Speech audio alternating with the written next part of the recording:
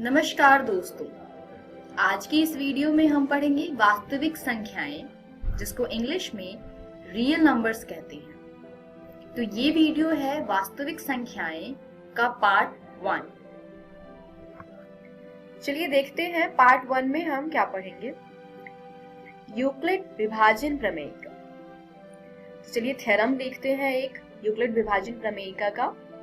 प्रमेय 1.1 यूक्लिड विभाजन प्रमेयिका।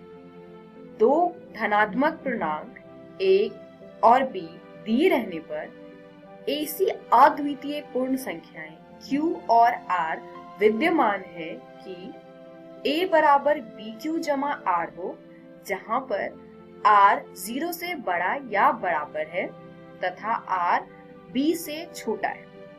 इसका अर्थ है कि कोई भी दो पूर्णांक दिया हो, धनात्मक पूर्णांक, तो हम ऐसी दो संख्याएं निकाल सकते हैं q और r, जिससे a बराबर bq जमा r एक जो समीकरण है वो सेटिस्फाई करेगा। और r जो है, r यहाँ पर शेषफल दर्शाता है। r 0 से बड़ा होगा या बराबर होगा और r b से छोटा होगा। यूक्लिड विभाजन एल्गोरिथम दो धनात्मक पूर्णांकों का HCF परिकलित करने की एक तकनीक है। यानी HCF निकालने के लिए हम यूक्लिड विभाजन एल्गोरिथम का प्रयोग करते हैं। आपको याद होगा कि दो धनात्मक पूर्णांक a और b का HCF सबसे बड़ा धनात्मक पूर्णांक d है, जो a और b दोनों को विभाजित करता है। मतलब HCF, जिसको हम इंग्लिश में हाईएस्ट कॉमन फैक्टर कहते हैं, वो दो संख्याओं का वो सबसे बड़ा धनात्मक पूर्णांक होता है जो दोनों ही संख्याओं को पूर्ण रूप से विभाजित करता है। दो धनात्मक पूर्णांकों, मान लीजिए c और d, जहां c d से बड़ा है, का HCF प्राप्त करने के लिए नीचे दिए हुए चरणों का अनुसरण कीजिए। यानी ये वो सारे स्टेप्स हैं, वो चरण हैं जिनका हम प्रयोग करते हैं दो धनात्मक पूर्णांकों का HCF निकालने के लिए। स्टेप 1, c और d के लिए यूक्लिड विभाजन प्रमेयिका का प्रयोग कीजिए।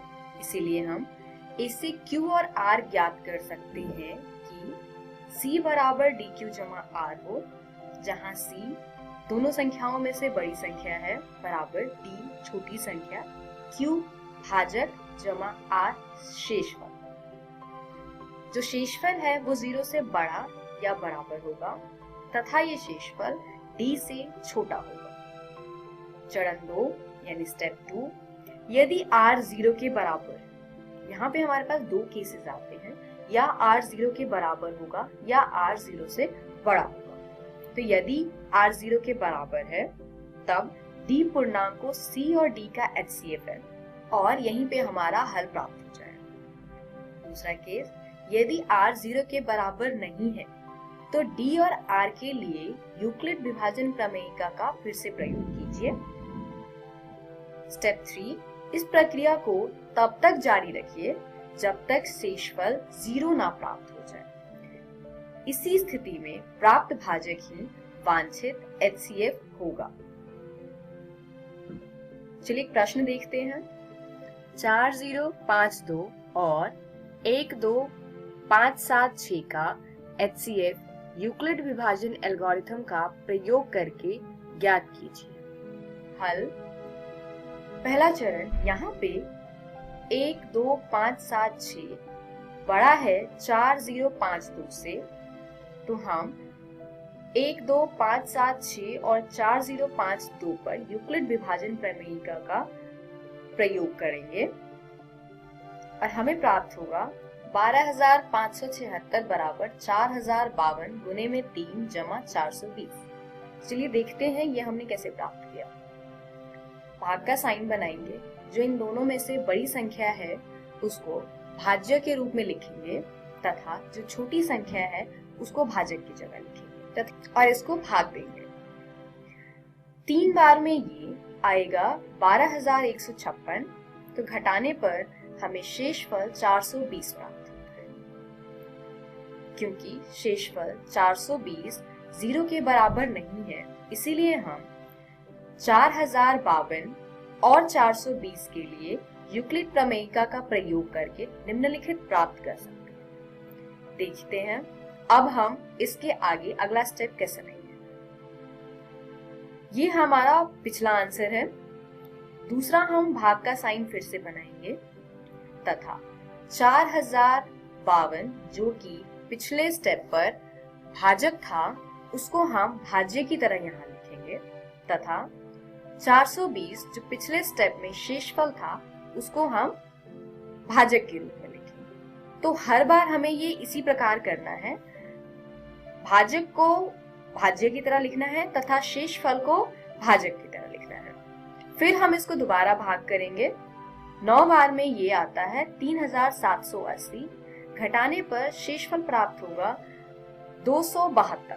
क्योंकि शेषफल 272 0 के बराबर नहीं है तो हम 272 तथा 420 में दोबारा से यूक्लिड विभाजन प्रमेयिका का प्रयोग करेंगे। तो नए भाजक 420 और नए शेषफल 272 को लेकर यूक्लिड प्रमेयिका का प्रयोग करेंगे। इससे हमें प्राप्त होगा 420 बराबर 272 गुने में 1 जमा 148। इसमें हम फिर 420 को भाज्य के रूप में लिखेंगे तथा 272 को भाजक के रूप में लिखेंगे तथा एक आया हमारा भागफल। इसको भाग देने पर शेषफल प्राप्त होता है 148। नए भाजक 272 और नए शेषफल 148 पर यूक्लिड विभाजन प्रमेयिका का फिर से प्रयोग करेंगे और ये हम तब तक करते रहेंगे जब तक कि हमारा शेषफल 0 नहीं आता। अब 148 और 272 को लेते हैं और आगे हल करते हैं। इस पे फिर से यूक्लिड विभाजन प्रमेयिका का प्रयोग करने पर हमें 148 भाजक प्राप्त हुआ है तथा शेषफल 124 प्राप्त हुआ है, जिसपे हम फिर से यूक्लिड विभाजन प्रमेयिका का प्रयोग करेंगे। इससे ये आएगा 148 बराबर में 124 गुने में 1 जमा 24। हम नए भाजक 124 और नए शेषफल 24 पर यूक्लिड प्रमेयिका का प्रयोग फिर से करेंगे और इससे हमें मिलेगा 124 बराबर 24 गुने में 5 जमा 4। अब नया भाजक है 24 और नया शेषफल है 4। इस पर हम यूक्लिड विभाजन प्रमेयिका का प्रयोग करेंगे। क्योंकि ये लास्ट स्टेप है इसलिए इसको डिटेल में देखते हैं।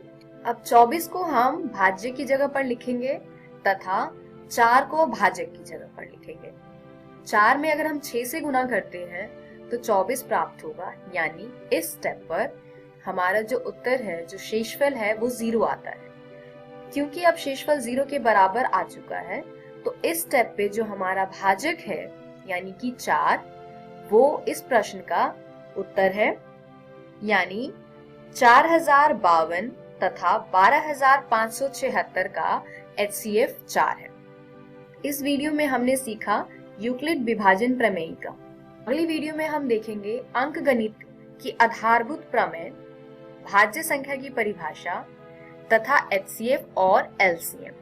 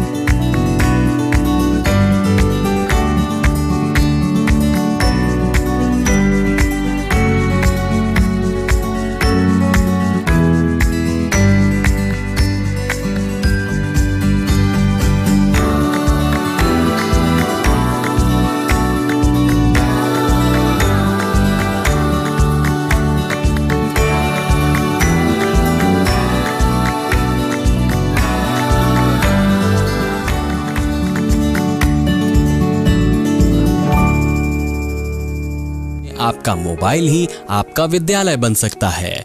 जी हाँ, बिहार सरकार के शिक्षा विभाग ने यूनिसेफ और इकोवेशन के साथ मिलकर उन्नयन ऐप मेरा मोबाइल मेरा विद्यालय की शुरुआत की है। इस ऐप पर आप कक्षा 6 से 12 तक के पाठ्यक्रम को पढ़ सकते हैं। सिर्फ पढ़ ही नहीं सकते, बल्कि आपको पढ़ते समय अगर किसी भी तरह की कोई परेशानी आती है या फिर मन में कोई सवाल आता है तो इस ऐप पर आप अपने सवाल भी पूछ सकते हैं, जिसका जवाब उस विषय के विशेषज्ञ द्वारा दिया जाएगा।